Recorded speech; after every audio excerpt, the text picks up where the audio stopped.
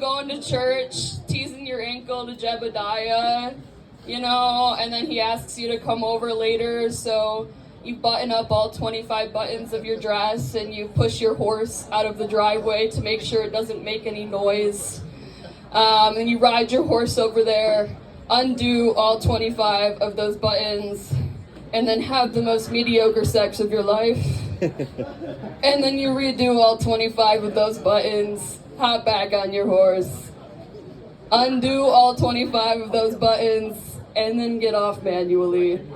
And that sounds like a terrible time, which is why I'm glad I live now. Oh my gosh. I didn't know I was in the fucking splash zone up here. Jesus fucking Christ. All right, give it up for your host, J.E. Off. I've been Emily Burkhart.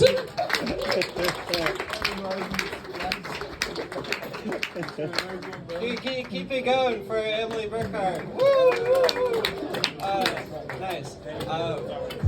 This next person made their debut last month, I think, at Crunchies. I liked them a lot personally. Give it up for Liam Barony.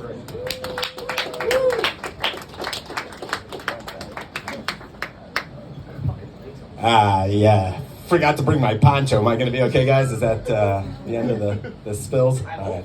Good. I hope so, too. Because I'm still trying to figure out what I'm doing up here. I know Courtney was talking about trying to find her type, and I guess I'm still trying to find mine. When it comes to this whole comedy thing, the first time I was here about a month ago, I told a joke about massage. I think I went down a couple of tangents. I couldn't see anything while I was telling that joke because this light up here is very pink and very bright in your eyes. And I didn't prepare anything tonight because I figured, I would just show up and be inspired by the people that were telling jokes before me. And it turns out they were all actual comedians and told some funny jokes that I didn't relate to personally in many ways. I do know what Omegle is. Harry Mack. Any Harry Mack fans out there? He spits bars on Omegle, or I guess did before it got canceled because you guys were probably all jerking off on it or something, right? Back in my day, we did have chat roulette. That was a thing. I mean, I was around when the internet was invented, guys. Like, that's fucking old, right? I didn't get my first cell phone until I was 16, and it was for emergency use only. Because back then, like, I don't know, I would have thought that cell phone calls cost as much as, like, a fucking caviar steak dinner because, if I made like more than 5 of them a month, I'd get the belt. So, and God, text messages. I mean, you used to have to like, I heard some of the kids these days are going back to the dumb phones because they're just like, they're giving up like the no fap February and all that stuff. They're putting away the pornography. They're going back to the dumb phones. And I like the dumb phones. The dumb phone technology was pretty cool. Snake was a fucking hell of a game. And Blackberries, I got my first job in the city, and I moved to Chicago, and I was gonna upgrade my cell phone, and I was just like, I need fucking free nights and weekends and unlimited text messages, and I'll be good, homie. Like, because then I had to use the work phone during the day. That was cool. And I checked in with Mom every now and again. Like, here at work, it sucks. I got a degree in marketing. Any marketing majors out there? No, good. You guys are all studying something worthwhile, I suppose, right? I was gonna say, if you're studying marketing, just fucking drop out today, unless you're going into like actual marketing. But most people that go into marketing, wind up in sales, and it turns out, trust me, all you need for sales is a mouth.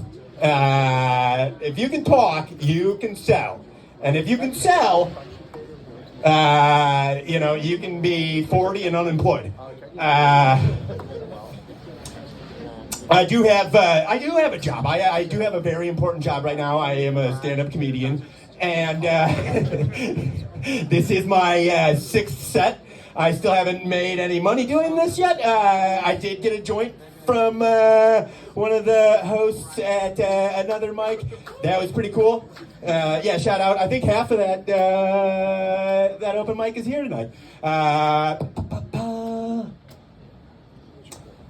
Oh yeah, marketing, sales, stand-up comedy. I have three kids. I have 3 kids, so I am a dad. They keep me busy.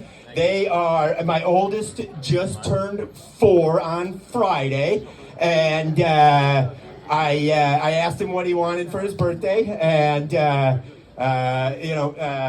he didn't have any idea. But a couple of nights prior to that, he was refusing to eat his dinner like he normally does, and I thought of something that was like really interesting. I had never done this before, but we had some leftover dinner in the fridge, and it just so happened to be a pretty nice dinner that we had left over. It was like a steak dinner from my wife's birthday, and so I was like, Bowie, if you don't tell anybody, I will share some of Mommy's special birthday steak with you.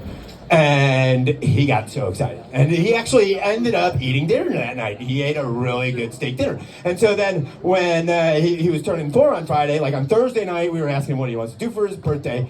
And he said, I want to make a steak dinner. And so I was like, okay, I'll make a steak dinner with you. And so I picked him up from school on Friday, and we go to Meijer, because, I was going to go to a nice butcher or, even like, at the end of the day, the kid's fucking 4 years old. He doesn't really know a good steak, right? So Meijer was gonna suffice, I needed to pick up some other groceries. So I go to take him to Meijer, and oh my gosh, he is throwing a fit for like 2 hours. And I'm like, oh my gosh. I just wanted to get in here, get a steak, get out, go home and cook. But it turns into a whole ordeal, and finally I'm like, hey man, we gotta get home. So we get the steaks, and we get home, and I'm like, oh, man, we're running out of time here, man. And he's like, don't worry about it. And I was like, why? What's up? He's like, I like my, I was like, how do you want your steak? He's like, I like my steak like I like my pussy, raw and bloody. That's my time, folks.